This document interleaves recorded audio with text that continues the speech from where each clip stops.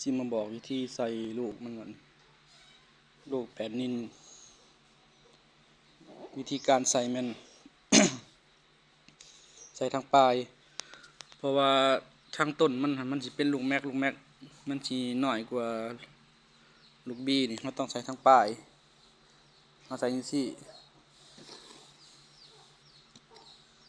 แล้วก็สิมีเหล็กสันๆท่อนหนึง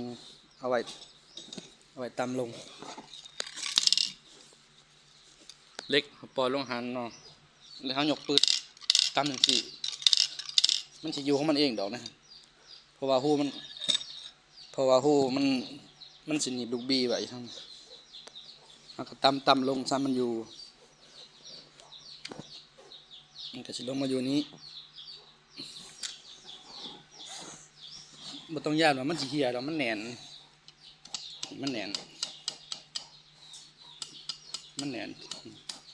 ธรรมดาเฮาทางบ่ออกดอกบ่มีเหี่ยดอกถ้าเวลาใส่ไปแล้วเฮาก็แต่ว่ามันบ่อยู่เนาะมันหมักไหลเนาะเฮาใส่ไปแล้วมันหมักไหลเนาะ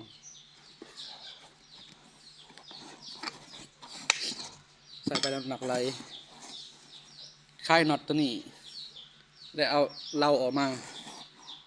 าทางนี้ตัวนี้ก็ต้องมีสลักอยู่นี่เอาคัดปอกออกก่อนเอาเราออกมานอกแล้วมาเอาค้อนทุบตำแหน่งที่ลูกปืนอยู่มันสิกา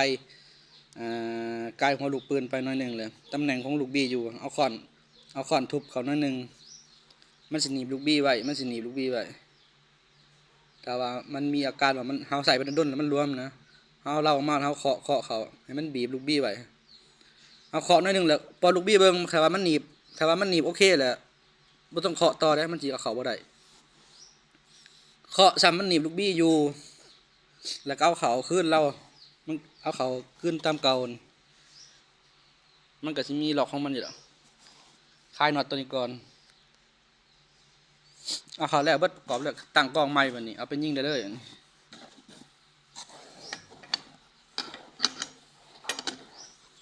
นี่บ่ทันไ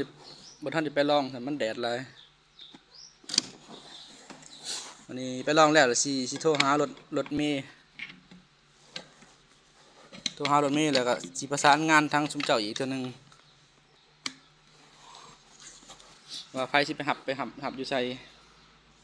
ตัวนี้อัดก้นให้เรียบร้อยแล้ว